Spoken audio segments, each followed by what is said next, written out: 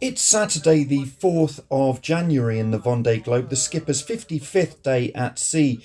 And for Charlie Dalin and Yoann Richomme, it is great news as they have finally reached those trade winds which will power them towards the equator and then on into the North Atlantic. For Dalin especially, it has been really advantageous as he has pulled the jump on Richomme by a little bit, which has pulled out a sizable lead over his opponent, which could prove decisive at the end of the day. In 4th and 5th place, Paul Milhat has caught right up to Thomas Rouillon, and there is a very interesting strategy that a few of you pointed out yesterday, that Justine Métraux has taken on the other side of a low pressure to this group between 6th and 10th place, and she may get the jump on Boris Herrmann and Sam Goodchild. And a little bit further back, Jean Le Cam has now rounded Cape Horn for the 7th time in a competitive race. We hear from Boris Herrmann, who is stuck a little bit too close to the centre of that low pressure system, then take a look at the tracker, the leaderboard, predict wind routing options, and also check in with Antoine Cornic, who is celebrating his birthday.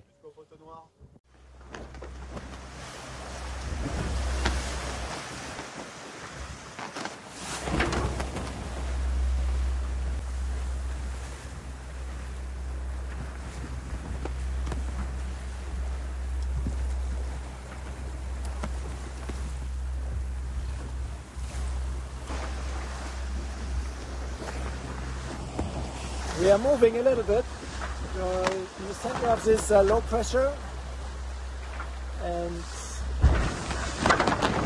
it has been quite okay until an hour ago. Since an hour it's un peu n'importe quoi. I mean, look at these waves. This is a couple of meters wave height and just very, very light wind.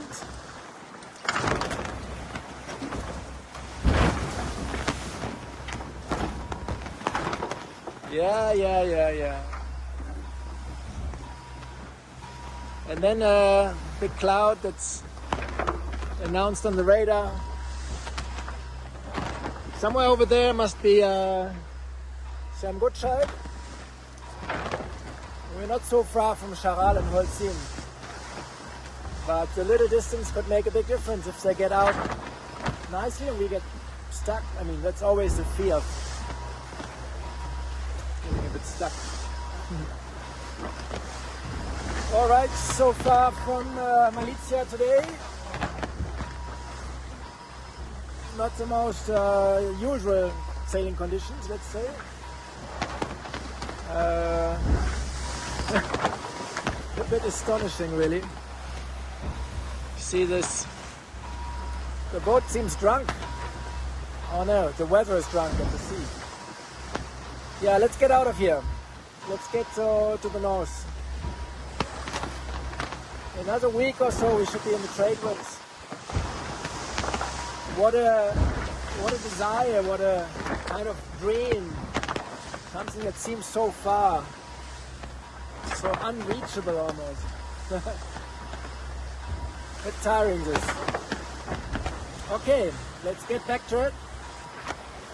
Let's try to move. Ciao, bye-bye.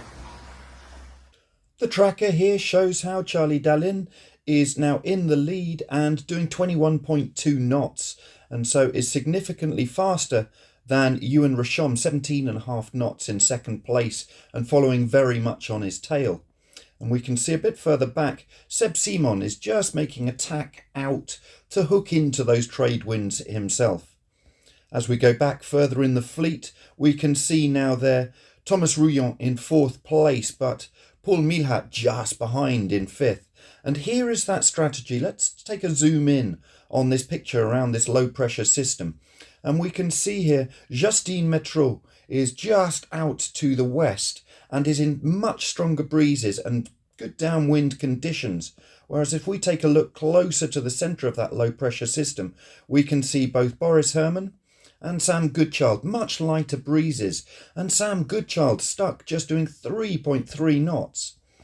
Coming back out again, taking a look a little bit further south, we can see there's the group who are just hugging that ice gate to the east of the Falkland Islands, but then to the west of the Falkland Islands, but in light winds, we have got Roman Atanasio, and also we've got behind him, we've got Damien Seguin.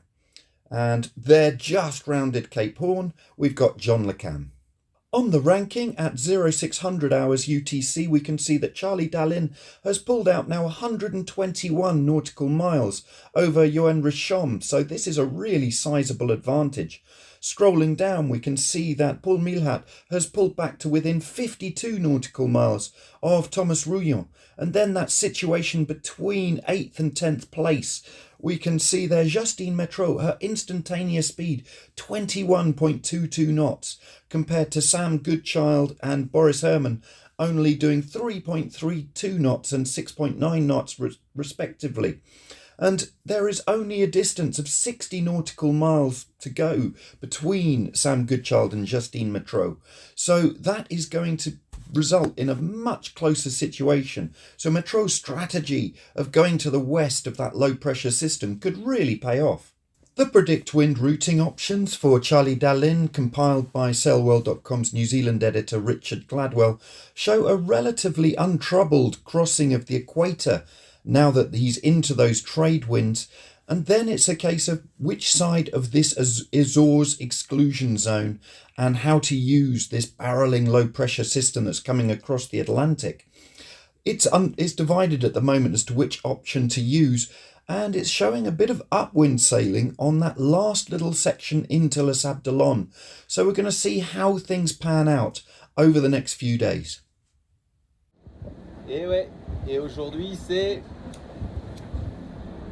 mon anniversaire, 45 balais putain, c'est pour ça que j'ai des poils blancs et tout le bordel, c'est la merde. Allez, joyeux anniversaire à moi. Allez, j'embrasse la mer pour vous. Ciao, et puis je vais ouvrir 2-3 cadeaux quand même. Allez, ciao. Thank you for watching today. Please do subscribe to our channel using the button down here, and take a look at sailworld.com and yachtsandyachting.com for all the latest news from the Vendée Globe as it unfolds.